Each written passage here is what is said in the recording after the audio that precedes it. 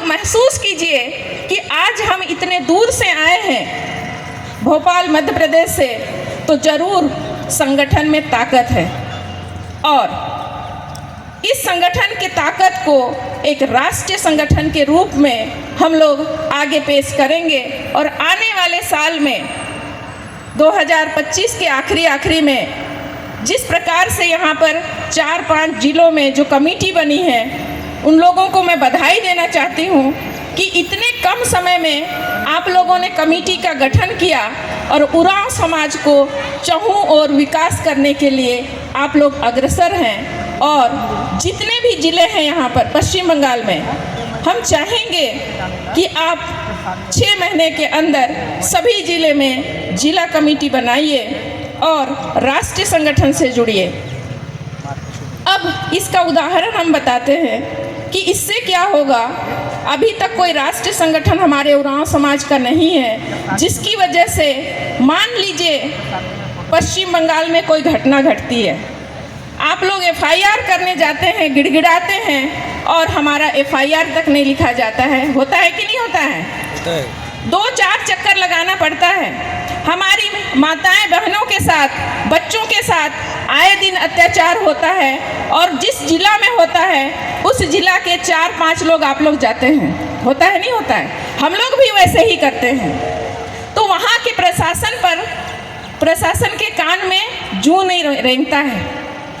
अगर राष्ट्रीय संगठन बन गया जिस दिन पूरे जगह, तो क्या होगा, पूरे जिले से, पूरे प्रदेश से एक साथ उस जिले के DC को हम ज्ञापन देंगे।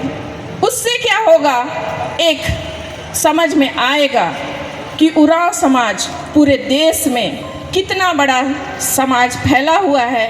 इन लोग मजबूत संगठन के लोग हैं। प्रशासन हार के वो तुरंत कार्रवाई करने के लिए मजबूर हो जाएगा। होगा कि नहीं होगा?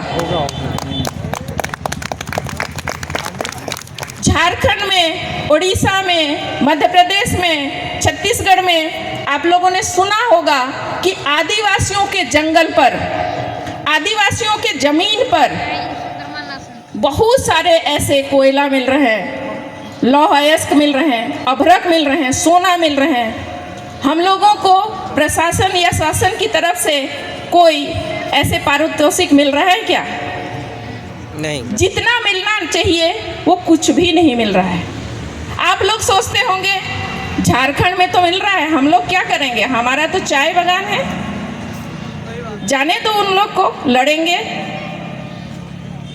छत्तीसगढ़ वाले बोलते हैं ठीक है वो उड़ीसा में हो रहा है, हम लोगों को क्या लेना देना, लड़ने दो, वो लोग लड़ेंगे। अरे भाई, हमारा DNA है, हमारा खून है।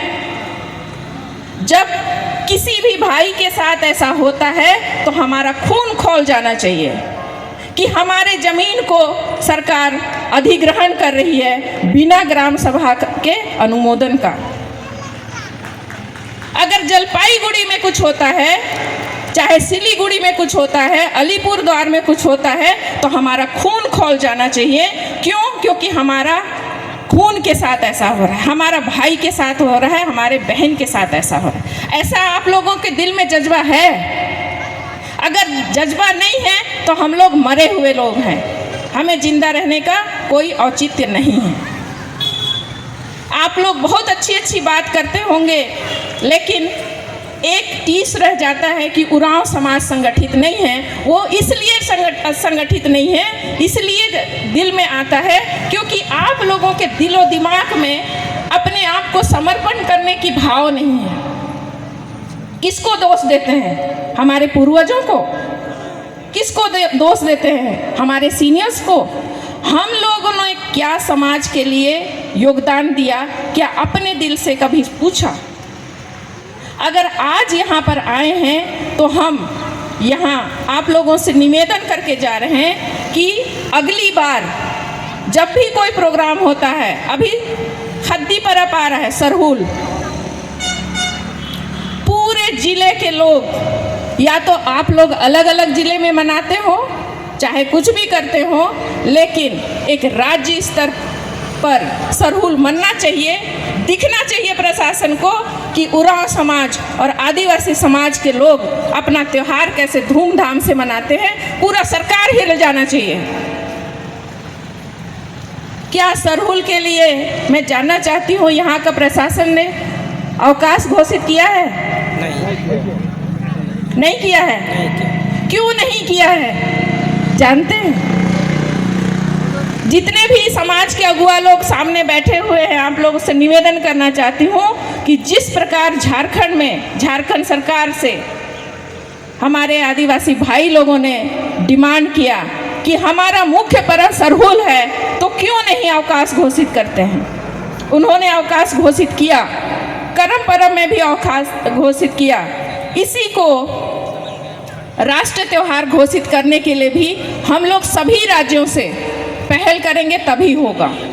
हम लोगों ने भी मध्य प्रदेश और छत्तीसगढ़ में करम त्यौहार और खद्दी पर्व को दोनों को राष्ट्रीय अवकाश घोषित करने के लिए पहल किया है, और इसीलिए अपने अपने तरफ से हम लोग इस त्यौहार को अपने तरफ से राष्ट्रीय अवकाश घोषित करने के लिए एक ही दिन मनाना शुरू किए।